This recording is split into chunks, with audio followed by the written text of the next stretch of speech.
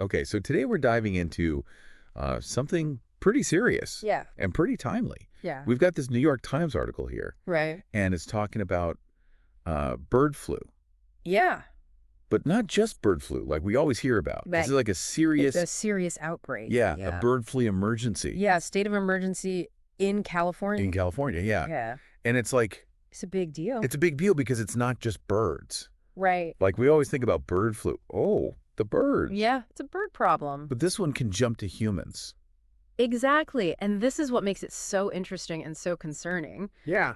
So what we're dealing with here is what's called a highly pathogenic avian influenza, Okay. which is a mouthful. It is a mouthful. But basically what it means is that this flu, It's bad. it's really bad for birds. Yeah. It's very contagious, Mm-hmm. and it's often fatal. And so what are they saying in California? Like what's happening? So they're seeing huge numbers of birds dying. Wow. They're having to cull millions of birds to try and contain it. Oh my gosh. And so that's why they declared a state of emergency. So are people getting sick yet? So that's the thing. Okay. Human infections are still rare, Okay. but they are possible. Okay. And that's what they're trying to prevent. Gotcha. So the emergency declaration is basically, To stop it. it's to get ahead of it. Yeah. To get ahead of it Okay. before it becomes a bigger problem. So it's not just about the birds. It's about It's about stopping it. stopping Yeah, the spillover. from going to humans. Exactly. So that's why they declared a state of emergency? Yeah, because it gives them more power. Okay. It gives them more resources to do things like right. testing Okay. and surveillance. Yeah. And so what kind of stuff can they do when they have a state of emergency? Like, Well, they can mobilize resources much faster. Huh. They can get more money. Yeah. They can get more people. okay. They can also potentially start looking at vaccine development. So it's kind of like cutting through the red tape Exactly. to get stuff done? Yeah, it's like pushing the easy button. The easy button for, For pandemic preparedness. for a pandemic. Yeah. Which hasn't happened yet. Not yet. But it could.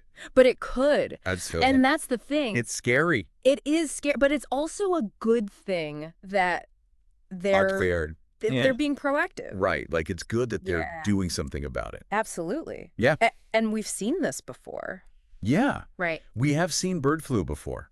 We have seen bird flu outbreaks before. Yeah. And I think that's part of What do we learn? Like what? Yeah, we've learned from those past outbreaks. And I Okay. think that's why they're taking such a strong stance this time. Okay. So they're like, we've seen this before. Yeah. We're not going to let it happen again. Yeah. We know it can happen. We know it can happen. We don't want it to get to that point. We don't want to get to that point. Yeah. So what are they doing, like on the ground today? So some of the measures they're taking are things like culling infected flocks, which is basically Getting rid of the sick birds. Yeah. It's a very difficult decision, Sad. but it's necessary Yeah. to prevent the spread.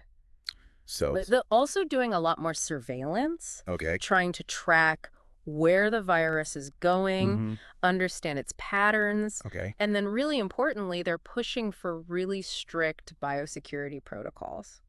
What is that? So biosecurity, That sounds complicated. it sounds complicated, but it's actually pretty simple. Okay. It's basically like creating a protective bubble around a farm Okay. to keep the virus from getting in. Gotcha. So that involves things like limiting who can go on the farm, Okay. making sure that workers are wearing protective gear and disinfecting everything, Yeah. trucks, equipment. Yep. Okay. All of that. So they're trying to like stop it Yeah. Stop it at the source. at the source. as much as possible. Okay. So they're getting rid of the sick birds. They're tracking the virus. Yep.